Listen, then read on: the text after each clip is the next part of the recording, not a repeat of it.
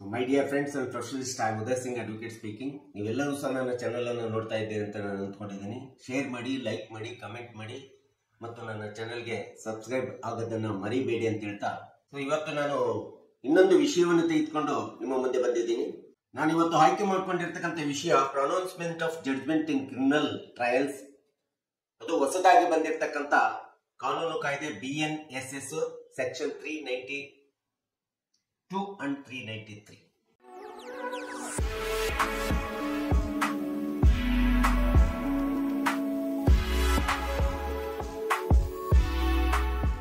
ಇದು ತುಂಬಾ ಬಹಳ ಮಹತ್ವಪೂರ್ಣವಾದಂತಹ ಒಂದು ಸನ್ನಿವೇಶ ಆಗುತ್ತೆ ಕೋರ್ಟ್ ನ್ಯಾಯಾಲಯದಲ್ಲಿ. ಅದು ವಿಶೇಷವಾಗಿ ಅಪರಾಧಿಗಳಿಗೆ, ಕೈದಿಗಳಿಗೆ ಒಂದು ಮಹತ್ವಪೂರ್ಣವಾದಂತಹ ಒಂದು ನಿರ್ಣಯ ಅಂತೇಳಿ ಸಹ ನಾವು ಹೇಳಬೇಕಾಗುತ್ತೆ. ಈ ಹೊಸದಾಗಿ ಬಂದಿರತಕ್ಕಂಥ BNSS ಕಾಯ್ದೆ ಪ್ರಕಾರ ಯಾವುದೇ ಒಂದು ಕ್ರಿಮಿನಲ್ ಟ್ರಯಲ್ಸ್ ನಲ್ಲಿ ನ್ಯಾಯಾಲಯ ಅಥವಾ ಮಾನ್ಯ ನ್ಯಾಯಾಧೀಶರು ವಿಚಾರಣೆ ನಡೆಸಿದ ನಂತರದಲ್ಲೇ ಘೋಷಣೆ ಮಾಡುವಂತದ್ದೇನಿದೆ, ಆ ಜಡ್ಜ್ಮೆಂಟ್ ಏನಿದೆಯಲ್ಲ, ಇಂಥ ಒಂದು ಜಡ್ಜ್ಮೆಂಟಿನ ಘೋಷಣೆ, ಈ ರೀತಿ ಏನು ಅಪರಾಧಿಗಳಿಗೆ ವಿಚಾರಣೆ ಕ್ರಿಮಿನಲ್ ಟ್ರಯಲ್ಸ್ ಮುಗಿದ ನಂತರ ಏನು ಅನೌನ್ಸ್ಮೆಂಟ್ ಆಗುತ್ತೆ ಜಡ್ಜ್ಮೆಂಟ್, ಅದನ್ನ ಪ್ರೊನೌನ್ಸ್ಮೆಂಟ್ ಆಫ್ ಜಡ್ಜ್ಮೆಂಟ್ ಅಂತೇಳಿ ನಾವು ಕರೀತಾರೆ. BNSS ಹೊಸ ಕಾಯ್ದೆ ಏನ್ ಬಂದಿದೆ, ಈ ಕಾಯ್ದೆ ಅಡಿಯಲ್ಲಿ ಇರ್ತಕ್ಕಂಥ ಸೆಕ್ಷನ್ 392, 393 ಪ್ರಕಾರ ಯಾವುದೇ ಕ್ರಿಮಿನಲ್ ವಿಚಾರಣೆ ನಡೆದ ನಂತರ ಮಾನ್ಯ ನ್ಯಾಯಾಲಯ ಅಥವಾ ನ್ಯಾಯಾಧೀಶರುಗಳು ಆ ಕ್ರಿಮಿನಲ್ ಮೊಕದ್ದಮೆ ವ್ಯಾಜ್ಯಕ್ಕೆ ತಕ್ಕಂತೆ ಸಂಬಂಧಪಟ್ಟಂತೆ ಒಂದು ಜಡ್ಜ್ಮೆಂಟ್ ಅನ್ನ ಅನೌನ್ಸ್ ಮಾಡತಕ್ಕಂಥದ್ದು ಅಥವಾ ಪ್ರೊನೌನ್ಸ್ ಮಾಡತಕ್ಕಂಥದ್ದು ಒಂದು ಕಾನೂನಿನ ಪ್ರಕ್ರಿಯೆ, ಕಾನೂನಿನ ಒಂದು ವಿಧಾನ, ಪದ್ಧತಿ ಅಂತ ತಿಳಿಸು ನಾವು ಹೇಳಬೇಕಾಗುತ್ತೆ. ಈ ರೀತಿ ಯಾವುದೇ ಒಂದು ಟ್ರಯಲ್ ನಡೆದ ನಂತರ ಜಡ್ಜ್ಮೆಂಟ್ ಅನ್ನು ಅನೌನ್ಸ್ ಮಾಡಬೇಕಾದ್ರೆ ಮುಗಿದ ತಕ್ಷಣ ಜಡ್ಜ್ಮೆಂಟ್ ಬರೆದ ತಕ್ಷಣ ಅನೌನ್ಸ್ಮೆಂಟ್ ಮಾಡ್ಲಿಕ್ಕೆ ಬರೋದಿಲ್ಲ. ಅದಕ್ಕೆ ಕಾಲಾವಕಾಶನ ಸಮಯವನ್ನು ಕೊಡಬೇಕಾಗುತ್ತೆ ಜಡ್ಜ್ಮೆಂಟ್ ಅನ್ನು ಅನೌನ್ಸ್ ಮಾಡ್ಲಿಕ್ಕೆ. ಈ ರೀತಿ ಕ್ರಿಮಿನಲ್ ಅಪರಾಧ ಮುಗಿದ ನಂತರ ಯಾವುದೇ ಜಡ್ಜ್ಮೆಂಟ್ ಅನೌನ್ಸ್ ಮಾಡುವಂತ ಸಂದರ್ಭದೊಳಗೆ 45 ದಿನಗಳ ಕಾಲ ಕಾಲಾವಕಾಶವನ್ನು ಕೊಡಬೇಕಂತೇಳಿ ನಿಯಮ ಹೇಳ್ತದೆ. 45 ದಿನಗಳಿಂದ ಹೆಚ್ಚಿಗೆ ಆಗಬಾರ್ದು. ಯಾಕಂದ್ರೆ ವಿಕ್ಟಿಮರಾಗ್ಲಿ ಅಥವಾ ಅಕ್ಯೂಸ್ಡ್ ಅಪರಾಧಿಗಳಾಗ್ಲಿ ಡಿಸ್ಟ್ರೆಸ್ ಆಗಬಾರ್ದು ಎಂಬತಕ್ಕಂಥ ಅಂಶವನ್ನು ಇಟ್ಕೊಂಡು ಯಾವುದೇ ಟ್ರಯಲ್ ಮುಗಿದ ನಂತರ 45 ದಿನಗಳ ಕಾಲ ಕಾಲಾವಕಾಶವನ್ನು ಕೊಡಬೇಕಾಗುತ್ತೆ ಜಡ್ಜ್ಮೆಂಟ್ ಅನ್ನು ಅನೌನ್ಸ್ ಮಾಡಲಿಕ್ಕೆ, ಪ್ರೊನೌನ್ಸ್ ಮಾಡಲಿಕ್ಕೆ. ಇಂಥ ಒಂದು ಕ್ರಿಮಿನಲ್ ಟ್ರಯಲ್ಸ್ ಗಳಲ್ಲಿ ಜಡ್ಜ್ಮೆಂಟ್ ಅನೌನ್ಸ್ ಮಾಡುವಂತ ಸಂದರ್ಭದೊಳಗಡೆ ಕೆಲವೊಂದು ಮೋಡ್ಸ್, ಮೆಥಡ್ಸ್ ಅಥವಾ procedures of ways for the announcement of the judgment ಅಂತ ಹೇಳಿರ್ತದೆ. ನ್ಯಾಯಾಲಯದ ನ್ಯಾಯಾಧೀಶರು ಜಡ್ಜ್ಮೆಂಟ್ ಅನ್ನು ಅನೌನ್ಸ್ ಮಾಡಬೇಕಾದ್ರೆ ಅದಕ್ಕೆ ಆದಂತ ಒಂದು ಕಾನೂನಿನ ಪ್ರಕ್ರಿಯೆ ಇರ್ತದೆ, ಪ್ರೊಸೀಜರ್ ಇರ್ತದೆ, ವೇಸ್ ಇರ್ತದೆ ಅಥವಾ ನಿಯಮ ಇರ್ತದೆ. ಇದನ್ನು ಅನುಕರಣೆ ಮಾಡಿಕೊಂಡು ಇಂಥ ಒಂದು ಪ್ರಕ್ರಿಯೆಗಳನ್ನ, ಪ್ರೊಸೀಜರ್ಸ್ ಗಳನ್ನ ಅನುಸರಿಸಿ ಜಡ್ಜ್ಮೆಂಟ್ ಅನ್ನು ಅನೌನ್ಸ್ ಮಾಡ್ಬೇಕಂತೇಳಿ ಕಾನೂನಿನಲ್ಲಿ ಹೇಳ್ತಾ ಇದೆ. The first and foremost procedures ಅಂತಂದ್ರೆ ಯಾವುದೇ ಕ್ರಿಮಿನಲ್ ಜಡ್ಜ್ಮೆಂಟ್ ಅನ್ನು ಅನೌನ್ಸ್ ಮಾಡಬೇಕಾದ್ರೆ ಆ ಒಂದು ಜಡ್ಜ್ಮೆಂಟ್ ತುಂಬಾ ಫ್ಲೆಕ್ಸಿಬಿಲಿಟಿಯಿಂದ ಕೂಡಿರಬೇಕು, ಸರಳತೆಯಿಂದ ಕೂಡಿರಬೇಕು. ಆರೋಪಿಗಳೆಲ್ಲರೂ ಒಪ್ಪಿಕೊಳ್ಳುವಂತ ಒಂದು ಯಾವುದೇ ಒಂದು ಒತ್ತಡಕ್ಕೆ ಒಳಗಾಗಿರಬಾರ್ದು. ಸಾಮಾನ್ಯವಾಗಿ ನೈಜತೆಯಿಂದ, ಸಹಜತೆಯಿಂದ ಕೂಡಿರಬೇಕು. ಮತ್ತು ಅನೌನ್ಸ್ ಮಾಡುವಂತ ನ್ಯಾಯಾಲಯದ ನ್ಯಾಯಾಧೀಶರುಗಳು ಸಹ ಯಾವುದೇ ವಿಧವಾದಂತ ಒತ್ತಡಕ್ಕೆ ಒಳಪಡದೆ ಮಾನಸಿಕವಾದಂತ ಸಮಸ್ಥಿತಿಯನ್ನು ಕಾದಿರಿಸಿಕೊಳ್ಬೇಕಾಗುತ್ತೆ. ಇದು ಒಂದು ಅತಿ ಪ್ರಮುಖವಾದಂತ ಪ್ರೊಸೀಜರ್ ಅಥವಾ ಮೆಥಡ್ ಅಂತೇಳಿ ಹೇಳ್ತಾರೆ. ಇಂಥ ಜಡ್ಜ್ಮೆಂಟ್ ಘೋಷಿಸುವಂತ ಸಂದರ್ಭದಲ್ಲಿ ಆರೋಪಿಗಳಂತ ಹೇಳ್ತಾರೆ, ಪಕ್ಷಕಾರರಂತ ಹೇಳ್ತಾರೆ, ಎಲ್ಲಾ ಪಕ್ಷಕಾರರ ಕೈಯಲ್ಲೂ ಸಹ ಜಡ್ಜ್ಮೆಂಟಿನ ಕಾಪಿಯನ್ನು ಕೊಡಬೇಕಾಗುತ್ತೆ, ಒಂದು ಪ್ರತಿಯನ್ನ ಕೊಡಬೇಕಾಗುತ್ತೆ. ಎಲ್ಲ ಆರೋಪಿಗಳ, ಅಪರಾಧಿಗಳ ಕೈಯಲ್ಲಿ ಒಂದೊಂದು ಜಡ್ಜ್ಮೆಂಟಿನ ಪ್ರತಿಯನ್ನು ಕೈಯಲ್ಲಿ ಕೊಟ್ಬಿಟ್ಟು ನಂತರ ಅನೌನ್ಸ್ಮೆಂಟ್ ಮಾಡಬೇಕಾಗುತ್ತೆ. ಇದು ಪ್ರಮುಖವಾದಂತ ಅಂಶ, ನಿಯಮ. ಇನ್ನೊಂದು ಅಂಶ ಅಂತಂದ್ರೆ ಎಂಟೈರ್ ಜಡ್ಜ್ಮೆಂಟ್ ಅನ್ನ ಲೌಡ್ ಆಗಿ, ಅಂದ್ರೆ ಎಲ್ಲಾ ಆರೋಪಿಗಳಿಗೆ ಅಲ್ಲಿ ಕೋರ್ಟ್ ಇರ್ತಕ್ಕಂಥ ಎಲ್ಲರಿಗೂ ಸಹ ಕೇಳುವ ಹಾಗೆ ಓದಿ ಹೇಳಬೇಕಾಗುತ್ತದೆ. ಲೌಡ್ ಅಂತಂದ್ರೆ ಎಲ್ಲರಿಗೂ ಕೇಳುವ ಹಾಗೆ ಓದಿ ಹೇಳಬೇಕಾಗುತ್ತೆ. ಇದು ಒಂದು ಅತಿ ಪ್ರಮುಖವಾದಂತ ನಿಯಮ ಆಗಿದೆ. ಮತ್ತು ಯಾವುದೇ ಕ್ರಿಮಿನಲ್ ಟ್ರಯಲ್ ಒಳಗಡೆ ಯಾವ ಶಿಕ್ಷೆಯನ್ನ ಕ್ರಮಗೊಂಡಿರಲಾಗಿದೆ ಮತ್ತು ಯಾವ ಕ್ರಮದ ಭಾಗದಲ್ಲಿ ಶಿಕ್ಷೆಯ ಕ್ರಮ ಕೈಗೊಳ್ಳಲಾಗಿದೆ ಮತ್ತು summary of the entire judgment ಅನ್ನ ಅನೌನ್ಸ್ ಮಾಡಬೇಕಾಗುತ್ತೆ. ಈ ರೀತಿ ಅನೌನ್ಸ್ ಮಾಡುವಂತ ಸಂದರ್ಭದಲ್ಲಿ ಯಾವುದೇ ಆರೋಪಿಗಳಿಗೆ ಅಥವಾ ಕೈದಿಗಳಿಗೆ ಅಥವಾ ಅಪರಾಧಿಗಳಿಗೆ ಏನಾದರೂ ಈ ಒಂದು ಜಡ್ಜ್ಮೆಂಟಿನ ಪ್ರೊನೌನ್ಸ್ಮೆಂಟ್ ಅಥವಾ ಅನೌನ್ಸ್ಮೆಂಟಿನ ಭಾಷೆ ಅರ್ಥ ಆಗಿಲ್ಲ ಅಂತಂದ್ರೆ ಆರೋಪಿಗಳಿಗೆ ತಿಳಿಯುವಂತ, ಸರಳವಾದಂತ ಮತ್ತು ಪ್ರಾದೇಶಿಕತೆಯಲ್ಲಿರ್ತಕ್ಕಂಥ, ಅದು ಕನ್ನಡ ಇದ್ರೆ ಕನ್ನಡ, ಹಿಂದಿ ಇದ್ರೆ ಹಿಂದಿ, ತೆಲುಗು ಇದ್ರೆ ತೆಲುಗು. ಒಟ್ಟಾರೆ ಆರೋಪಿಗಳು ಪ್ರಾದೇಶಿಕತೆ ಆರೋಪಿಗಳಿಗೆ ಅರ್ಥ ಆಗುವಂತ ರೀತಿಯಲ್ಲಿ ಸರಳವಾದಂತ ಭಾಷೆ ಒಳಗಡೆ ಪ್ರಾದೇಶಿಕತೆಯಲ್ಲಿ ಇರುವಂತ ಭಾಷೆಯಲ್ಲಿ ಅನೌನ್ಸ್ ಮಾಡಬೇಕು, ಪ್ರನೌನ್ಸ್ ಮಾಡಬೇಕಂತೇಳಿ ಜಡ್ಜ್ಮೆಂಟಿನ ನಿಯಮ ಸ್ಪಷ್ಟವಾಗಿ ಹೇಳ್ತಕ್ಕಂಥದ್ದು ನಾವು ನೋಡ್ತೀವಿ. ಅಥವಾ ನ್ಯಾಯಾಲಯದಲ್ಲಿ ಸೀಮಿತವಾಗಿರ್ತಕ್ಕಂಥ ಭಾಷೆ ಏನಿರ್ತದೆ, ಆ ನ್ಯಾಯಾಲಯಕ್ಕೆ ಸೀಮಿತವಾದಂತಹ ಭಾಷೆಯಲ್ಲಿ ಯಾವುದೇ ವಿಧವಾದಂತಹ ಕ್ರಿಮಿನಲ್ ಜಡ್ಜ್ಮೆಂಟ್ ಅನ್ನ ಅನೌನ್ಸ್ ಮಾಡಬೇಕೆಂಬತಕ್ಕಂಥದ್ದು ಇಲ್ಲಿ ನಾವು ನೋಡ್ಬೇಕಾಗುತ್ತೆ. ಸಹಜವಾಗಿ ಪ್ರಾದೇಶಿಕತೆಯ ಭಾಷೆಗೆ ಹೆಚ್ಚಿನ ಪ್ರಾಧಾನ್ಯತೆಯನ್ನು ಕೊಡ್ತಕ್ಕಂಥದ್ದು ನಾವು ನೋಡ್ತೀವಿ ಯಾವುದೇ ಜಡ್ಜ್ಮೆಂಟಿನ ಅನೌನ್ಸ್ಮೆಂಟ್ ನಲ್ಲಿ. ಈ ರೀತಿ ಜಡ್ಜ್ಮೆಂಟ್ ಮಾಡುವಂತ ಸಂದರ್ಭದೊಳಗಡೆ, ಅನೌನ್ಸ್ ಮಾಡುವಂತ ಸಂದರ್ಭದಲ್ಲಿ ಪ್ರತಿಯೊಂದು ಅಂಶವೂ ಸಹ it must be record. Judgment record ಆಗಬೇಕು. ಎಂಟೈರ್ ಜಡ್ಜ್ಮೆಂಟ್ ನಲ್ಲಿ ಬರ್ತಕ್ಕಂತ ಇಡೀ ಒಂದು ಜಡ್ಜ್ಮೆಂಟಿನ ಸಮ್ಮರಿ ಆಫ್ ಜಡ್ಜ್ಮೆಂಟ್ ಅನ್ನ ರೆಕಾರ್ಡ್ ಮಾಡಬೇಕಾಗುತ್ತೆ.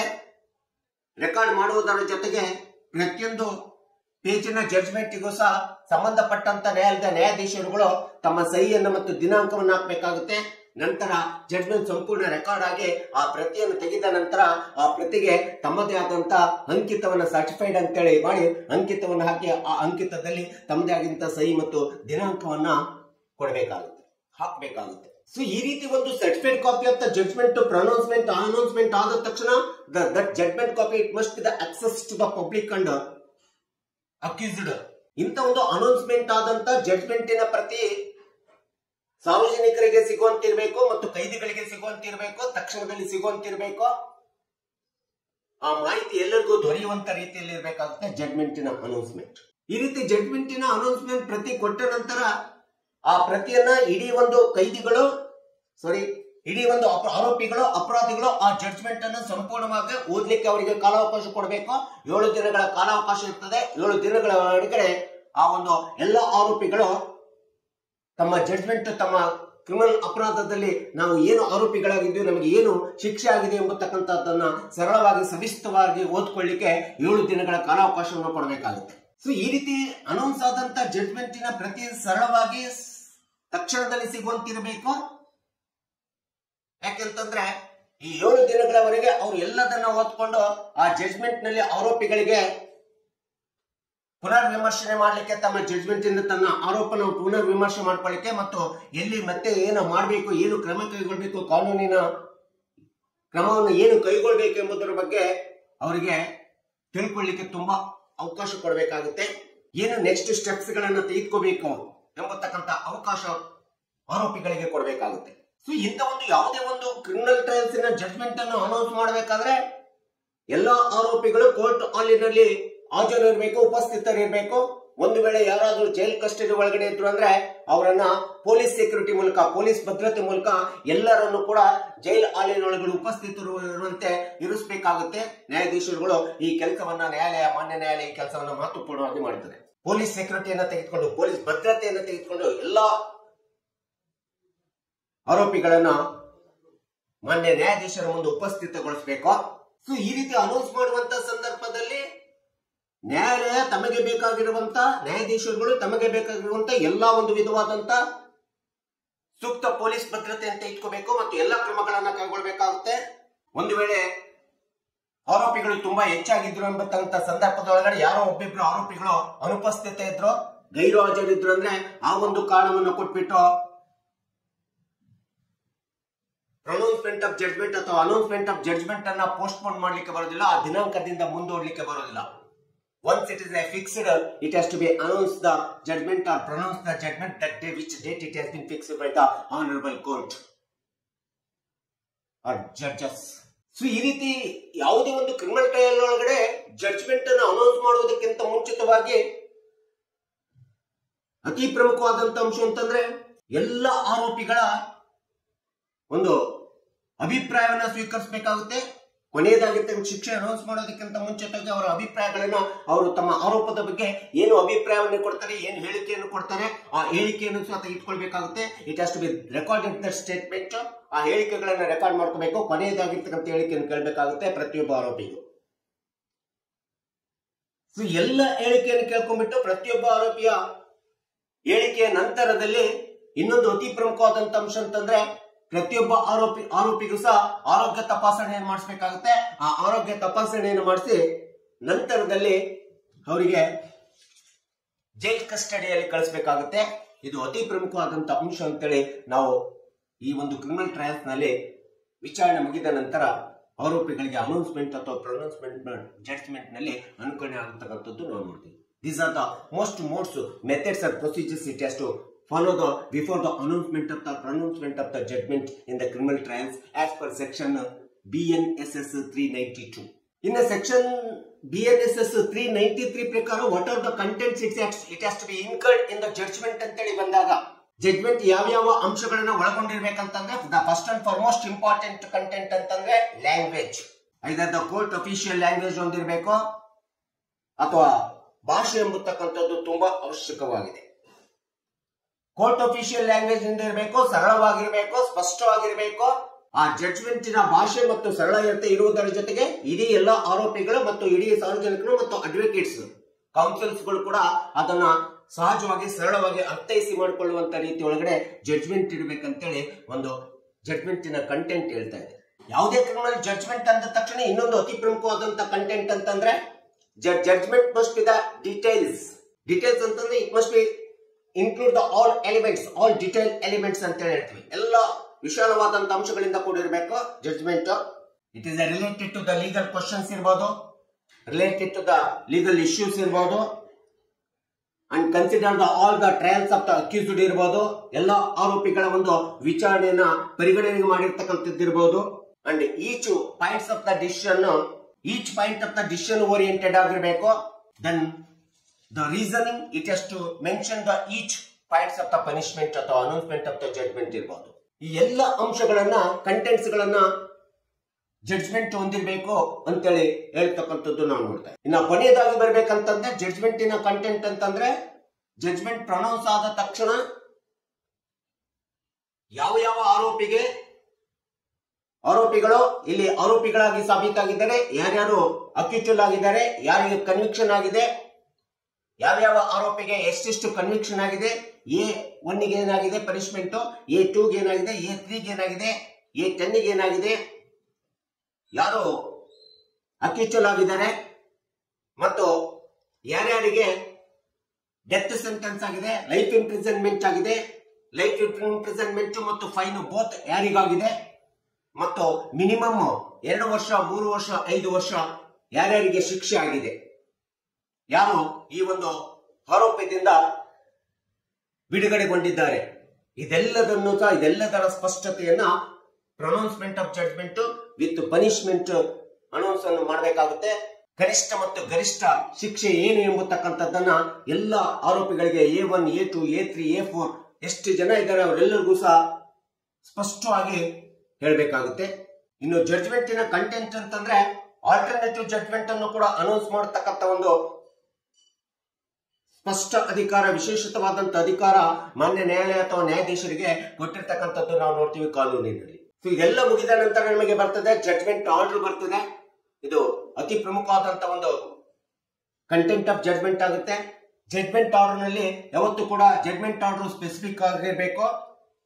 ಎಲ್ಲ ಸೆಕ್ಷನ್ಸ್ ಗಳನ್ನ ಅಲ್ಲಿ ಅಟ್ರಾಕ್ಟ್ ಮಾಡಿರ್ಬೇಕು. ಈ ಸೆಕ್ಷನ್ ಪ್ರಕಾರ ಈ ರೀತಿ ಪನಿಷ್ಮೆಂಟ್ ಅನ್ನು ಕೊಡಲಾಗಿದೆ ಅಂತ ಹೇಳಿ ಹೇಳ್ಬೇಕಾಗುತ್ತೆ ಮತ್ತು ರೀಸನಿಂಗ್ಸ್ ಗಳನ್ನ ಹೇಳ್ಬೇಕಾಗಿರ್ತದೆ ಮತ್ತು ಯಾಕೆ ಈ ರೀತಿಯಾದಂತ ಶಿಕ್ಷೆ ನಿರ್ಣಯ ತೆಗೆದುಕೊಂಡಿದ್ದೀವಿ ಅಂತ ಹೇಳಿ ಡಿಸಿಷನ್ ಆಫ್ ದ ಜಡ್ಜ್ಮೆಂಟ್ ನಲ್ಲಿ ಕಂಟೆಂಟ್ಸ್ ಅನ್ನ ಹೇಳಿರ್ಬೇಕಾಗುತ್ತೆ. ಸೊ ಹೀಗೆ ಯಾವುದೇ ಒಂದು ಕ್ರಿಮಿನಲ್ ಟ್ರಯಲ್ಸ್ ಒಳಗಡೆ ಸೆಕ್ಷನ್ BNSS ಹೊಸದಾಗಿ ಬಂದಿರತಕ್ಕಂಥ ಕಾನೂನಿನ 392 ಮತ್ತು 393 ಅಡಿ ಒಳಗಡೆ ಆರೋಪಿಗಳಿಗೆ ಅಥವಾ ಕೈದಿಗಳಿಗೆ ಅಥವಾ ಅಪರಾಧಿಗಳಿಗೆ ಇಂಥ ಒಂದು ಪ್ರೊನೌನ್ಸ್ಮೆಂಟ್ ಆಫ್ ಜಡ್ಜ್ಮೆಂಟ್ ಅನೌನ್ಸ್ ಮಾಡಬೇಕಾದ್ರೆ ಎಲ್ಲ ಕ್ರಮಗಳನ್ನ ನಿಯಮಗಳನ್ನ ಒಬ್ಬ ನ್ಯಾಯಾಧೀಶರಾದಂತವರು ಮತ್ತು ನ್ಯಾಯಾಲಯದಲ್ಲಿ ತುಂಬಾ ಸೂಕ್ಷ್ಮವಾಗಿ ತೆಗೆದುಕೊಳ್ತಾರೆ. ಜಡ್ಜ್ಮೆಂಟ್ ಏನಿದೆ ಆ ಜಡ್ಜ್ಮೆಂಟ್ಗೆ ನಾವು ಯಾವತ್ತೂ ಕೂಡ ನ್ಯಾಯಾಲಯದ ಜಡ್ಜ್ಮೆಂಟ್ಗೆ ನಾವು ಆಗ್ಬೇಕಾಗುತ್ತೆ. ಯಾಕಂದ್ರೆ ಇದು ತುಂಬಾ ಮಹತ್ವಪೂರ್ಣವಾದಂತಹ ಅಂಶ ಕಾನೂನಿನ ವ್ಯಾಪ್ತಿ ಒಳಗಡೆ ಬಂದಾಗ. ಅದಕ್ಕೆ ಯಾವುದೇ ನ್ಯಾಯಾಲಯದ ಜಡ್ಜ್ಮೆಂಟ್ ಅನ್ನು ಬಂದಾಗ ಮಾನ್ಯ ನ್ಯಾಯಾಲಯಕ್ಕೆ ಮತ್ತು ನ್ಯಾಯಾಲಯದ ಜಡ್ಜ್ಮೆಂಟ್ಗೆ ನಾವು ತಲೆಬಾಗುತ್ತಕ್ಕಂಥದ್ದು ಪ್ರತಿಯೊಬ್ಬ ನಾಗರಿಕನ ಆದ್ಯ ಕರ್ತವ್ಯ ಅಂತ ಹೇಳ್ತಾ ಇವತ್ತಿನ ಈ ಒಂದು ಪ್ರೊನೌನ್ಸ್ಮೆಂಟ್ ಆಫ್ ಜಡ್ಜ್ಮೆಂಟ್, ಯಾಕಂದ್ರೆ ಈ ಒಂದು ಕಕ್ಷಿದಾರರಿಗೆ ಆರೋಪಿಗಳಿಗೆ ಮತ್ತು ಸಾರ್ವಜನಿಕರಿಗೆ ಮತ್ತು ನಮ್ಮಂತ ಅಡ್ವೊಕೇಟ್ ಕೌನ್ಸಿಲ್ಸ್ ಗಳಿಗೆ ಪ್ರೊನೌನ್ಸ್ಮೆಂಟ್ ಆಫ್ ಜಡ್ಜ್ಮೆಂಟ್ ಹೇಗಿರ್ತದೆ ಎಂಬತಕ್ಕಂಥ ಒಂದು ಪರಿಸರದ ಹಿನ್ನೆಲೆಯನ್ನ ಇಟ್ಕೊಂಡು ಎಲ್ಲರಿಗೂ ಸ್ವಲ್ಪ ಗೊತ್ತಾಗಲಿ ಎಂಬತಕ್ಕಂಥ ಹಿನ್ನೆಲೆಯನ್ನು ಇಟ್ಕೊಂಡು ನಾನು ವಿಡಿಯೋನ ಮಾಡಿದ್ದೀನಿ. ದಯವಿಟ್ಟು ನನ್ನ ವಿಡಿಯೋ ಇಷ್ಟ ಆಗಿದ್ರೆ ಶೇರ್ ಮಾಡಿ, ಲೈಕ್ ಮಾಡಿ, ಕಮೆಂಟ್ ಮಾಡಿ ಮತ್ತು ನನ್ನ ಚಾನೆಲ್ಗೆ ಸಬ್ಸ್ಕ್ರೈಬ್ ಆಗೋದನ್ನ ಮರಿಬೇಡಿ ಅಂತ ಹೇಳ್ತಾ ಇವತ್ತಿನ ವಿಷಯಕ್ಕೆ ವಿರಾಮವನ್ನು ಹೇಳ್ತೀನಿ. ಇನ್ನೊಂದು ವಿಷಯ ಅಂತ ಇಟ್ಕೊಂಡು ನಿಮ್ಮ ಮುಂದೆ ಬರ್ತೀನಿ. ಜೈ ಹಿಂದ್, ಜೈ ಕರ್ನಾಟಕ.